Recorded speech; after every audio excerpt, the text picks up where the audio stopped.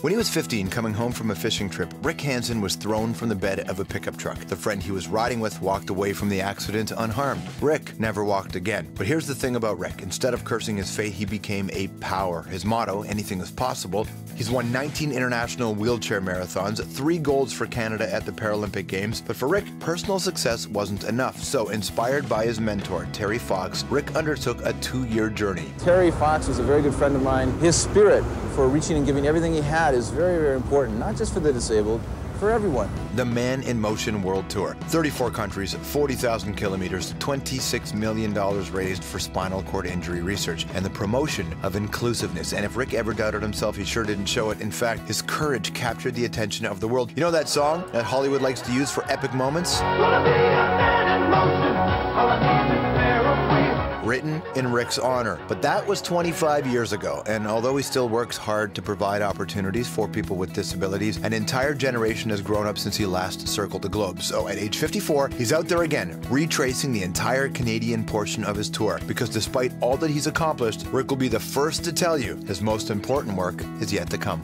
Go after your dreams, strive to be the best you can be with what you have. Well, welcome back to the show, our friend Rick Hansen. How are you? Good to see you. You too. How's things? Awesome. Thank you. Good to see you guys. Welcome back, buddy. It's fantastic being here. Man, if you think about it, right, 25 years. Hard to believe, eh? It goes by like that. That's good. You figured this out, though, this time around. Yeah. Because even though formaldehyde. Yeah, that's true. But even though you're doing the celebration of the Man in Motion Tour, this time in Canada, as you recreate the journey, you're not doing all the work. That's right. We're asking 7,000 people, many in motion, to connect the country on shared vision and values and reflect an amazing amount of gratitude to those individuals who represent millions who have made a difference. Every one of them has helped push the bar further, and it makes us realize that this country is strong and together. Yeah, we've talked a lot about the stuff that you've been able to do, and I just wondered, what we haven't talked a lot about is go back to those first few months in the hospital. Tell me what that was like for you. You know, when you think you're going to be representing your country at the Olympic Games one day and your whole life revolves around physical activity and the use of your legs, and then your spine shattered, you know, the doctor says you'll never walk again, it's devastating. And you have no point of reference because back in the 70s, you know, if you think about having a disability, it was almost like a life of confinement.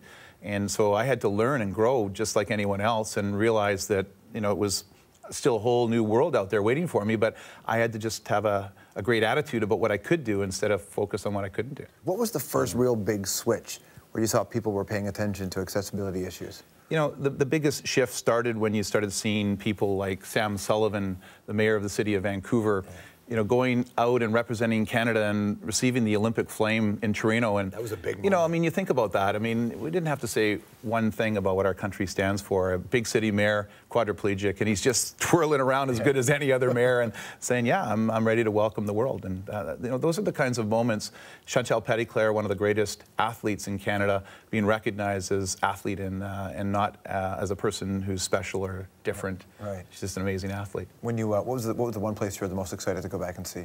You know, for me, just August 24th, being at Cape Stern, Newfoundland, and being there 25 years to the day, passing on the Royal Canadian Mint medal that represents 25 years of progress to the very first relay participant, you know, based on the 7,000, Jacob Manning, a young kid, 13 years old, dealing with juvenile diabetes, but not letting it beat him, moving forward, feeling a sense of pride that so many people were coming together. And each one of them, George, they get a chance to take this home with them. This is the special commemorative medal, and it's really cool. Eh? They get to have this. It's a way of saying thank you. We can't reach everybody on our journey, but we want to recognize difference makers. And here's what I want to do, buddy. I want to be able to pass this on to you because you are an amazing difference maker. You know, what you do in representing your values on your show, but more importantly, as a UN Goodwill Ambassador for helping to alleviate hunger, you represent what's best about Canada, and it would be an honor to be able to pass this on Thank to you. Eh? Wow.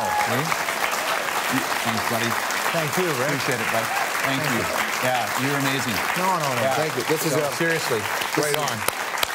That's You're very amazing. That means a lot. I appreciate that. Well, that's what it's about, right? And of course, the way this happens, like I'm sure you do, it's taking a moment. You know, who inspires you? You know, we have a virtual medal program where people can go online and take a moment and say, you know what, family member, a friend, someone who I don't even know that actually inspired me to, to be able to try harder, to be able to continue. And if we take a moment to reflect on gratitude, it energizes us for the future. It makes us feel connected and not alone. And I think that's the most important human trait we have. Yeah, and it's just not being overloaded by everybody else's cynicism, which I think is what happens to people, right? We just go, it's not going to get better, or this is going to suck, or whatever that is. Did you ever struggle with that? Big time, and still do. I mean, there's still times when I'm trying my best and you get completely overwhelmed. And but I have this little photo up on the wall when I was on the Great Wall of China. And every once in a while, when it's tough, I open the door, turn the light on. I see that little image, and I go, "Yep, okay." Good, no right? walls, too big. Keep going. Did you have to have a shift? Because I know for a lot of guys who, when you first hear about them, and for lots of good reasons, if they're faced with an injury and a disability, they say, "One day we're gonna figure this out. I'm gonna walk again." And then at a certain point, you have to go, maybe that's not my story. Did you have to go through that? Of course. I would have sold my soul for the use of my legs when I was laying in that hospital bed for over 4 months. And it was the only thing, because it was my whole life. And all these years later, you look back on it and you go, you know what? I'd love to walk again, but I'd never trade my life for the use of my legs. I feel like I'm one of the luckiest guys on the planet. But it took a long road, and it took important questions and a big challenge to facilitate that perspective. And, there's no question that we're going to find a cure for spinal cord injury, and the next generation is going to have a chance to walk again. I know it. You can just feel it with the energy, the insight, the great discoveries that are out there, bringing 70 sites around the world to accelerate knowledge. In the next 25 years, anything's possible. Are you going to be mad at me if I use this to try to get into a bar and get to the front of the line? I'll be like, hey, look what Rick Hansen gave me. Yeah, okay, let me, 4 times you were robbed? Yeah, really? Yeah. Can you believe that? What is that all about? You know what it is? Sometimes, you're just in the wrong place at the wrong time. Doesn't matter where you go. You can have incredible response in a place like New Zealand, but you just happen to be in a motel room beside a wedding, and and some guy maybe has a few beers, and he sees a door, and he goes, "Oh, I'll just jimmy that," and he takes away a bunch of stuff. And another guy in Spain, Donnie caught some guy in the back of the motorhome trying to steal some equipment, and he started wrestling with him, and then he got, sucker punched, and he was lucky they got away. That's incredible. Yeah. Did you come back and go, really, everybody, really? Yeah. I'm trying to go around the world in a wheelchair here, really? Well, I'm sure that karma's come back to those guys, right? It does, doesn't it, right? Yeah. The Rick Hansen Relays in Toronto this weekend continues west until the 22nd of May, and it marks 25 years of the original Man in Motion tour. Yeah. Rick Hansen, everybody. Thanks, man. Appreciate it. Yeah, thank you. Appreciate it. Thank you.